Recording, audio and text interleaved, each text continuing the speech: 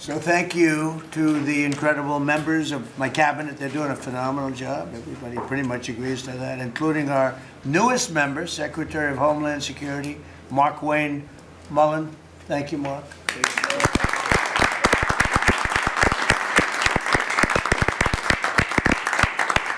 And we all know him very well, and he was a very popular senator, a very effective senator. Effective probably being the more important word. JD, don't you think? Yes, sir. And we wish you a lot of luck. Thank you. I think you do fantastically well. Congratulations to you. You have an amazing family that were here yesterday in the Oval, sworn in. His family's amazing, so thank you very much.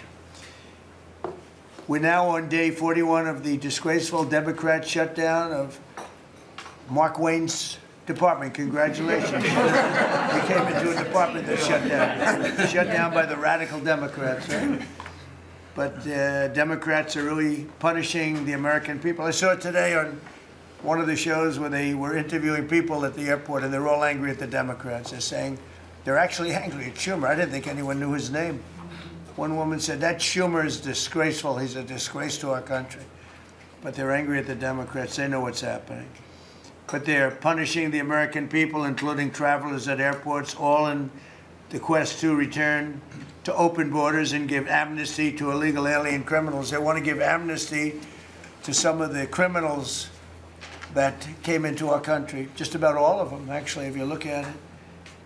They love sanctuary cities, which is a sanctuary for criminals. They want to make sure they're taken care of. That's what we're fighting about. That's really what they're fighting. They don't talk about that, but that's what they're fighting about. They want to protect criminals.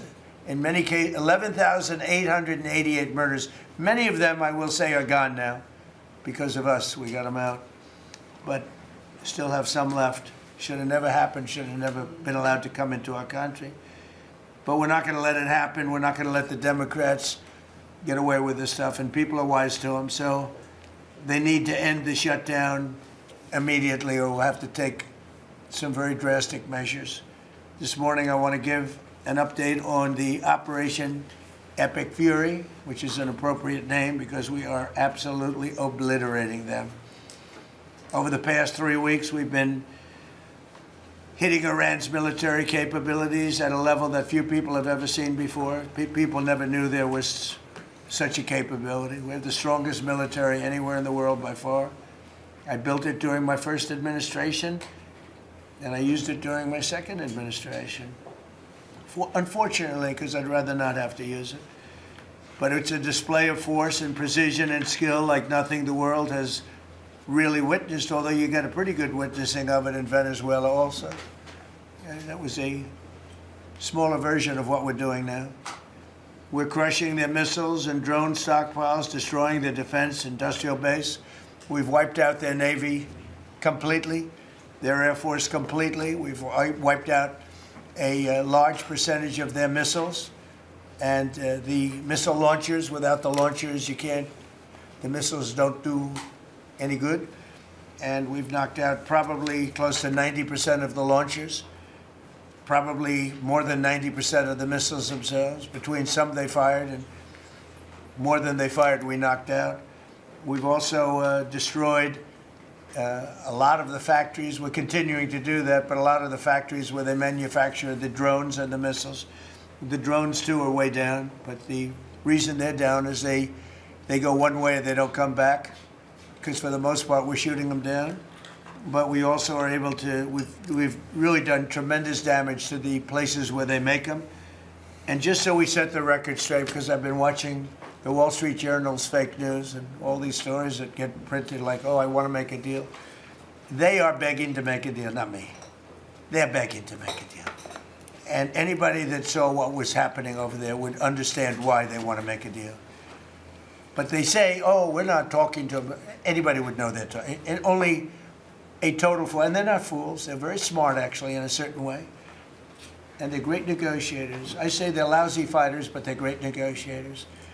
They are begging to work out a deal. I don't know if we'll be able to do that. I don't know if we're willing to do that. They should have done that 4 weeks ago. They should have done it 2 years ago.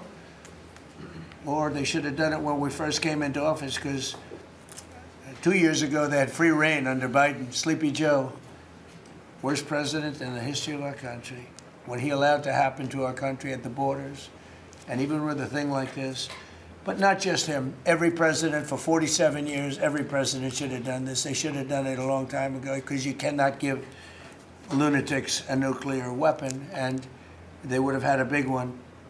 It stopped really when we did the B-2, but even before that, the Barack Hussein Obama, what he did where he gave them the Iran nuclear deal, gave them free will toward a nuclear weapon. Basically, he chose Iran over Israel and others that didn't want him to do it. But I terminated that deal. Had I not terminated that deal, you would have had a nuclear weapon years ago, and it would have been used, guaranteed. And one of the reasons you know about the guarantee is because their neighbors were sort of like bystanders. They weren't involved very much. They didn't choose heavy sides. They didn't want to, because people were concerned with Iran. There was a big black cloud over the Middle East. They were concerned, but all of a sudden the war starts, and they start shooting at these five, in particular, 5 countries. They start shooting at Qatar, Saudi Arabia, UAE, Kuwait, Oman. They start shooting at them, and everybody was shocked, including us. You know why? Because they're sick, and they had a plan to take over the Middle East. And some of those missiles that were shot at them were locked long before we even started this process. They were locked and loaded and aimed at those countries. They wanted to take over the Middle East. But we happened to come along, so it wasn't so easy. So right now their Navy is sunk in the largest elimination of a foreign Navy that has taken place, maybe ever, but certainly since World War II. Their Air Force is gone. Their anti-aircraft and communications capabilities are totally dismantled. And one of the problems they do have when they deal with us is we deal with people, and the people aren't able to communicate with anybody else. So, you know, because all of their leadership has been gone. The first level is gone, and they met to pick a new level, and they're gone.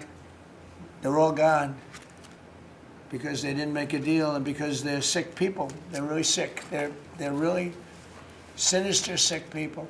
And if anybody thinks it was okay to have a group of people like this to have nuclear capability, nuclear weapons, and if we didn't attack with the B-2 bombers, they would have had a nuclear weapon within 2 weeks of that, maybe 4 weeks. But between 2 and 4 weeks, they were planning to have a nuclear weapon. If we didn't hit them at that time with the B-2 bombers, and one of the great air raids in history, maybe the greatest, dark at night, no moon, no light, every single bomb hit its mark and just obliterated that place. So it's now buried deep under earth. And it was an amazing thing, but they would have a nuclear, and they would have used it without question. And you know that because why did they shoot all these countries that weren't even really involved with them? They weren't involved. They had no big problems because they're sick, because they want to take over the Middle East, not just Israel.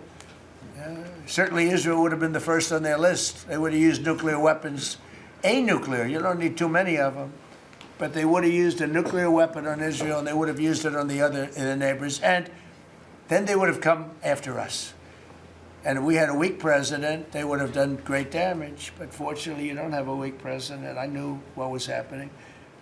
And I think we've been proven right. You know, they took one missile, went 2,500 miles. They supposedly didn't have a missile like that. They had no missile with that capability. But they shot the now famous Ireland, the island that the UK was very afraid to give us because they didn't want to get dragged in. But we don't want to get dragged into their wars either. You know? It's one thing, we're very disappointed, I'll say it publicly, we're very disappointed with NATO because NATO has done absolutely nothing. And I've always said, 25 years ago, I mean, I was somebody that wasn't a politician, but I was always involved in politics and I understood politics. I said 25 years ago that NATO's a paper tiger, but more importantly, that we'll come to their rescue, but they will never come to ours. And I want you to remember that we said this. They didn't come to our rescue.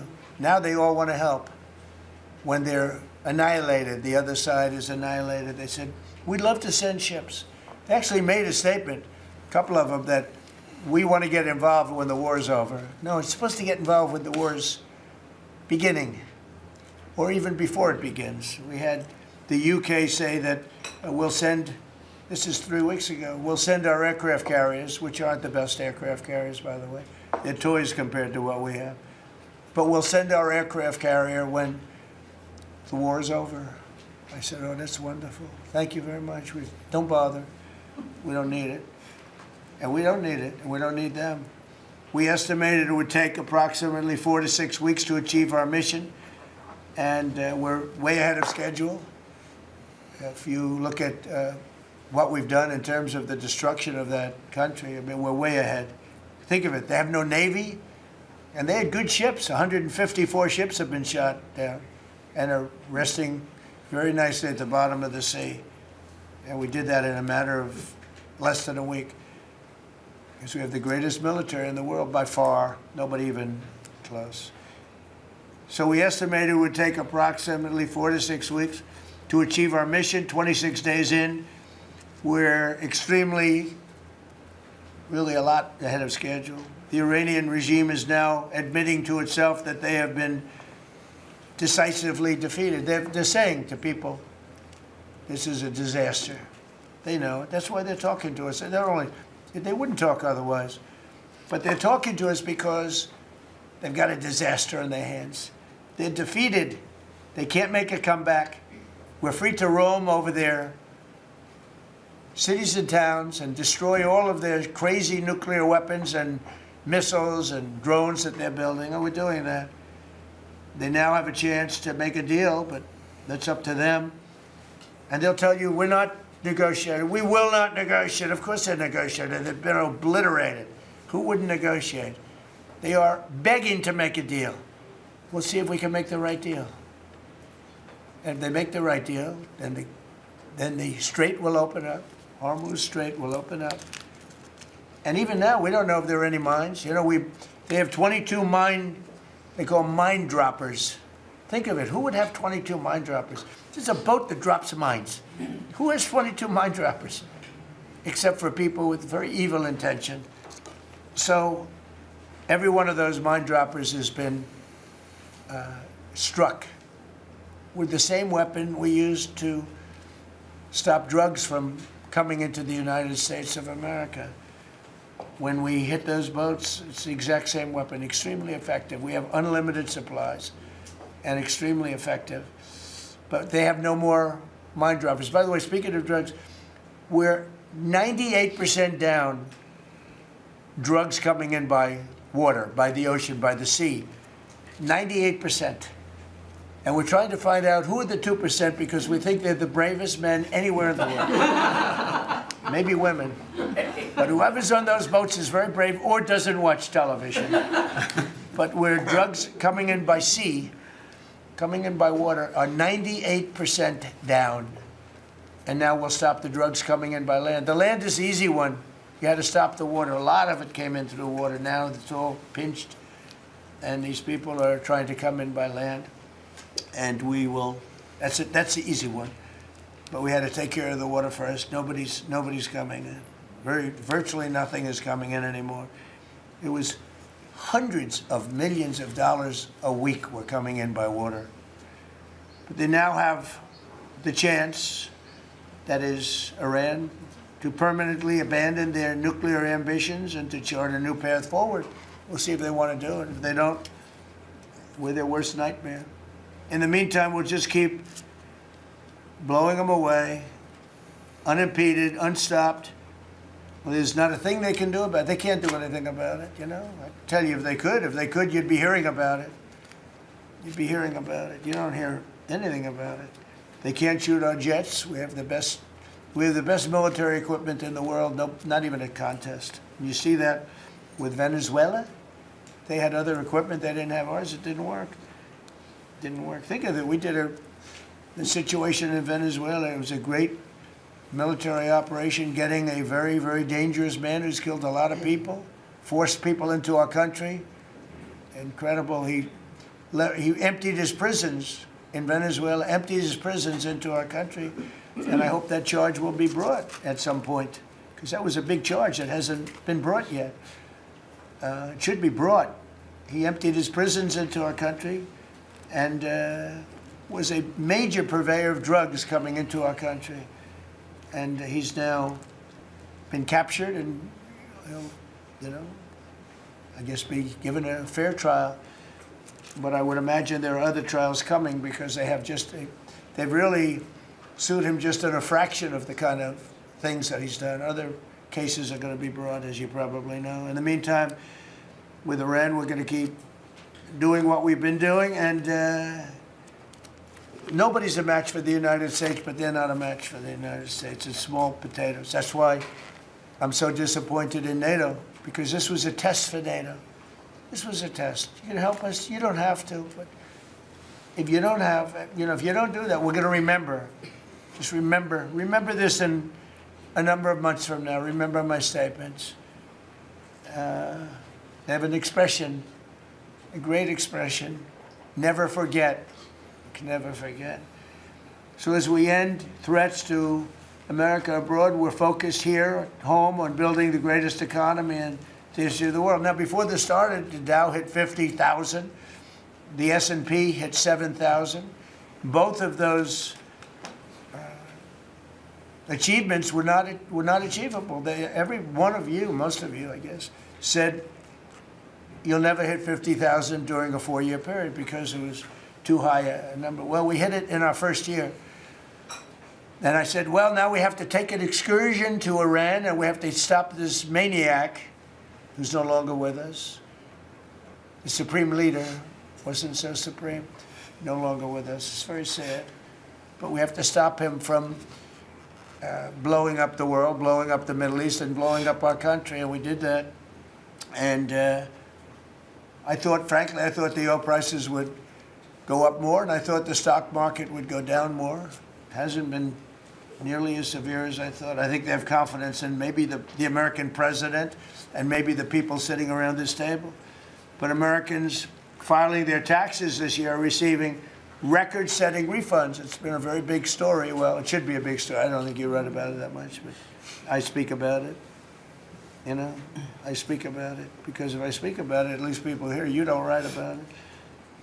You don't write about the drug prices going down. It'll be going down 30, 40, 50, 60%, 70%. Favored nations, called most favored nations, we're going to be paying the lowest price anywhere in the world. Before we paid the highest price in the world, Bobby, right? And now we're going to pay the lowest price in the world. That's quite a difference. It's a difference of from 40 to 70 and 80 and even 90%. That's a pretty big difference. But we're slashing regulations and investment is pouring in from all over the world. We have the most investment of any country in history has been put into our country in the last year. And again, we had to take a little detour. Won't be long. Going to end soon. We had to take a little detour, go to Iran, and we had to put out a fire. Very dangerous fire that could have blown up big portions of the world, if not the whole thing. So tomorrow we'll be announcing a variety of actions that we're taking to support American farmers, who we never forget. We love the farmers. We gave them $12 billion out of tariff money. We had a tremendous amount of tariff money come in, and we continue to have. We've gone, as you know, the Supreme Court gave us a very unfortunate, foolish ruling, a ruling that gives the people that have ripped off our country for many years, gives them some money back. But it's one of those things. It's a terrible, terrible, horrible mistake they made, but it's okay because we have another method that's just as good. We'll use the other method. But because the tariff money has been so substantial, we gave our farmers who have been mistreated by some countries, we gave them $12 billion, and they're extremely happy, and they deserve it. They've been great. They never complain. They just go out and they farm, and they wouldn't do anything different. They wouldn't trade jobs with any of you, except maybe some of the fake media. I don't know. Somehow I don't see that. I like their job better, actually. I love the farmers. So we gave them $12 billion. So in just a few moments, Treasury Secretary Scott Bessent will discuss the actions that we're taking to address energy prices, which have not gone up as much as I thought, Scott, to be honest with you. And, you know, it's not over, so maybe it'll go up a little bit more. It's all going to come back down to where it was and probably lower. And my predictions have been right. Trump was right about everything. They have a new hat. Trump was right about everything. It's pretty right. But Scott's going to address that. And I think before we go very much further, I want to ask Vice President J.D. Vance to say a few words about where we are with the situation he's involved with Steve and with Jared on negotiations. And then some of the others will speak. We'll have Marco say a few words. Pete Hegseth, who was born for this role. I mean, he's doing a great job. They gave him a hard time. And now people, I'll tell you, somebody came up to me yesterday, gave you a very hard time, said, you know, I made a mistake. Pete Hegseth is doing a good job. So when I tell you who, you're not even going to believe it. He said Hegseth. He gave you such a nasty hard time. But you're doing great. And then Steve is going to speak, and Scott will speak last.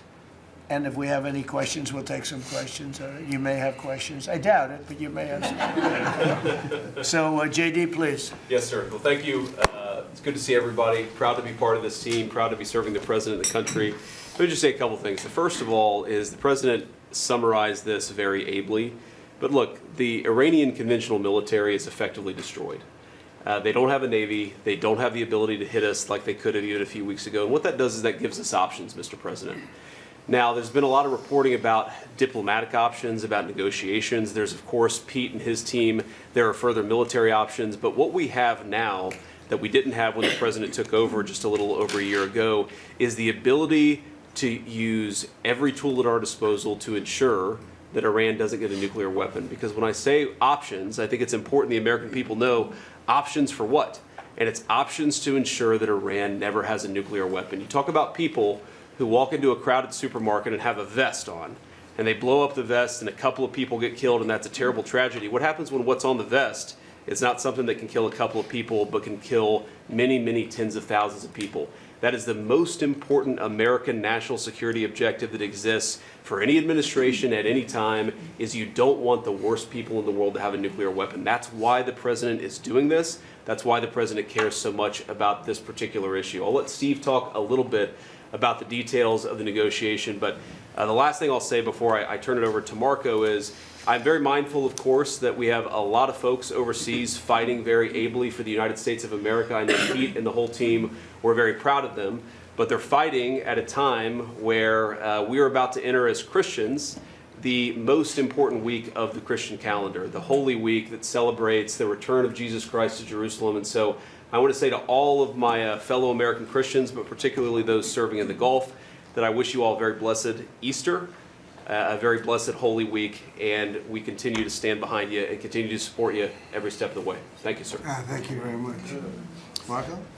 The most important job any president has is to keep the American people safe. And every president says it, but we have a president that means it and does something about it. As the president outlined very clearly to the world on the night this operation began, Iran has been at war with the United States for 47 years. For 47 years, Iran has been killing Americans and attacking Americans across this planet. And other presidents had an opportunity to do something about it. And they all warned about how Iran was dangerous, but they refused to act. And this president's not someone that's going to refuse to act. He's not going to leave a danger like this in place. He's going to address it, and that is what he is doing. From the very first night of this operation, the president made it very clear. People like this, and now what I'm talking about is not the people of Iran. The people that run this country are radical Shia clerics. These are religious fanatics. Look what they are doing now. At their weakest point, this is the weakest Iran has ever been, and look at what they're doing. They're attacking embassies. They're attacking hotels. Imagine what these people would do if they had a nuclear weapon. That is an unacceptable risk for the world. By the way, the president's not just doing a favor to the United States and to our people. This is for the world. He defined very clearly on the first night of this operation what the goal was. We were going to destroy Iran's navy, and that is happening.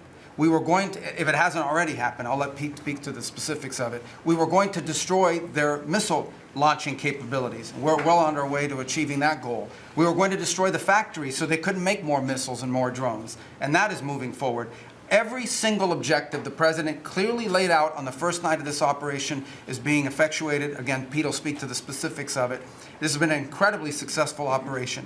Every day, it may not get covered because, you know, we're unlike them. We're not bombing embassies and hotels. We're hitting military targets. But every day, the Department of War lets the drummer get wicked over every portion of Iran that has these military capabilities, and the results are going to bear fruit for the world. The world is going to be a safer and a better place when President Trump's mission here is achieved.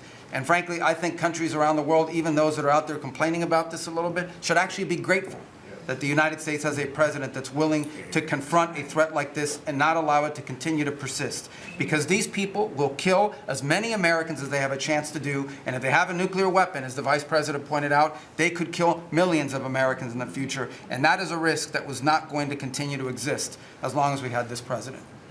Thank you, Marco. You know, it's very interesting because yesterday I was watching, is it Anthony Blinken? And he was saying that they should have done it. But they didn't do it. Nobody did it.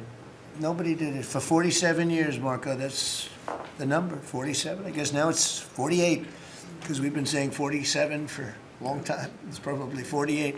But for 47, 48 years, every president should have done this.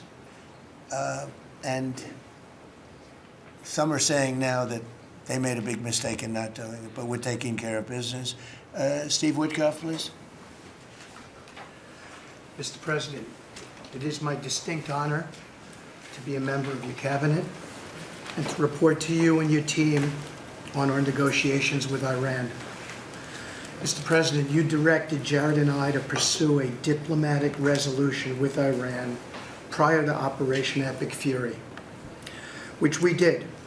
However, it became quite clear during these meetings with the Iranian negotiating team that we could not make a deal that fulfilled your objectives of the following: no enrichment whatsoever, no chance of weaponizing whatsoever, decommissioning of Fordow, Natanz, and Esfahan, which you destroyed in Operation Midnight Hammer, no stockpiling of any material, which they flagrantly violated, turning all enriched material over to us, and a cutback in Iran's missile inventory and range capability of those same missiles. Throughout our meetings with the Iranians, we heard the following from them. The Iranians have the inalienable right to enrich. Then we heard they possessed enough 60% enriched material, 460 kilograms, to make 11 atomic bombs. Finally, we heard the following statement. They would not give up diplomatically what we could not win militarily. In other words, they were again miscalculating the success of Midnight Hammer, which was a total success. These are incontrovertible signs, among many other signs, sir, that their regime had not given their negotiating team authority to make a deal required by you. We conferred with you and all the other members of your foreign policy team, Susie Wiles, Pete Hegseth, the chairman, Marco Rubio, JD, Scott Bessent, Chris Wright, John Radcliffe, throughout all of these negotiations, and we were repeatedly rebuffed on everything we asked for. I have no doubt that we exhausted all efforts on behalf of a peaceful resolution, as you directed. Jared and I both agreed that the Iranians were there to buy time until a weaker president arrived. This was a flawed strategy, as your clear direction was to never allow Iran to obtain a nuclear weapon today or any time in the future. Against that backdrop and our compelling military successes in Epic Fury, we have had multiple reach-outs from the region and others who want to play a role in ending this conflict peacefully. I can report to you today that we have, along with your foreign policy team, presented a 15-point action list that forms the framework for a peace deal. This has been circulated through the Pakistani government, acting as the mediator. And this has resulted in strong and positive messaging and talks, as you just indicated to the press. But these are sensitive diplomatic discussions, and you have directed us to maintain confidentiality on the specific terms and not negotiate through the news media as others do. I can say this: we will see where things lead, and if we can convince Iran that this is the inflection point with no good alternatives for them, other than more death and destruction. We have strong signs that this is a possibility, and if a deal happens, it will be great for the country of Iran, for the entire region, and the world at large. Your policy of peace through strength is the most effective tool for a diplomatic resolution here, just as this policy was an effective tool in each and every one of all of the other conflicts you settled in your first year. Iran is looking for an off-ramp following your powerful threat on Saturday. Your indications that you are willing to listen to peace proposals have been well received. You have instructed us that your preference is always peace, and that we should make that our priority. We have delivered that message, sir, along with the 15 points for peace. Finally, we have told Iran one last thing: don't miscalculate again. Good. Thank you very much. Good job. Doing a great job. Everybody around this table is doing a great job. Pete Hegseth, please. Mr. President. I'll start kind of where you left off, Mr. President. Thank you for doing the work of the free world and having the courage to step up and stop the Iranian terror regime from holding the world hostage. That's really what it is. And 27 days ago, Iran had a modern military. Never in recorded history has a nation's military been so quickly and effectively neutralized. Operation Epic Fury is not an endless war. It's a decisive campaign with clear objectives to destroy Iran's offensive military capabilities and ensure they never obtain a nuclear weapon. This is stuff for the history books. This is stuff for legacy. Mr. President, you are acting now to ensure future generations do not have to live under the threat of a nuclear-armed Iran. However, you wouldn't know it if you listened to the dishonest hate Trump media, as you referenced. The folks here in the room, these cameras, they have a choice. You're either informing the American people of the truth or you're not. Because I hear it from my people every day. Behind every headline you write, there's a helicopter crew in the air. And behind every news banner you write, there's a battalion on the move. And behind every fake news story, there's an F-35 pilot executing a dangerous mission. My message to the media is get it right. This actually isn't something new to me. I may be a young guy, Mr. President, but I'm not a rookie in this realm. In 2007, I helped lead the surge, the public fight for the Iraq surge. Stood and watched people stand in the Senate and declare the war is lost before it even started. Who was that? It was Harry Reid. That was the Democrats and the media working hand in glove. Back then, it was 3 years into a war. Now we're 3 weeks into an operation. But see, unlike Iraq, this isn't a tie. This is not parity. This is not chaos. This is success, pure American success, on plan, and as the President said, ahead of pace. Over 10,000 enemy targets destroyed, over 140, I think now you're right, Mr. President, over 150 naval vessels sunk, underground facilities destroyed, their defense industrial base in shambles, and overnight, not only do they not have a Navy, Mr. President, they no longer have a Navy commander. IRGC's Navy commander was killed overnight in operation. So no Navy leader. Now that here's the thing about the media though, if President Trump had not acted, you'd be screaming, why not? And now that he has taken decisive action, you're asking, well, why did you? It's the same old tired playbook, TDS in your DNA. But the hardworking, God-fearing, patriotic Americans out there know better.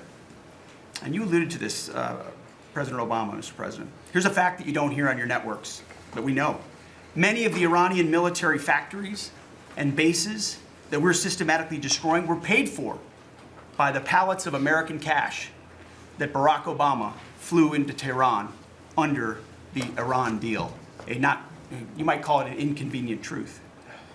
Iran took our money and turned it into weapons and bunkers and ammo.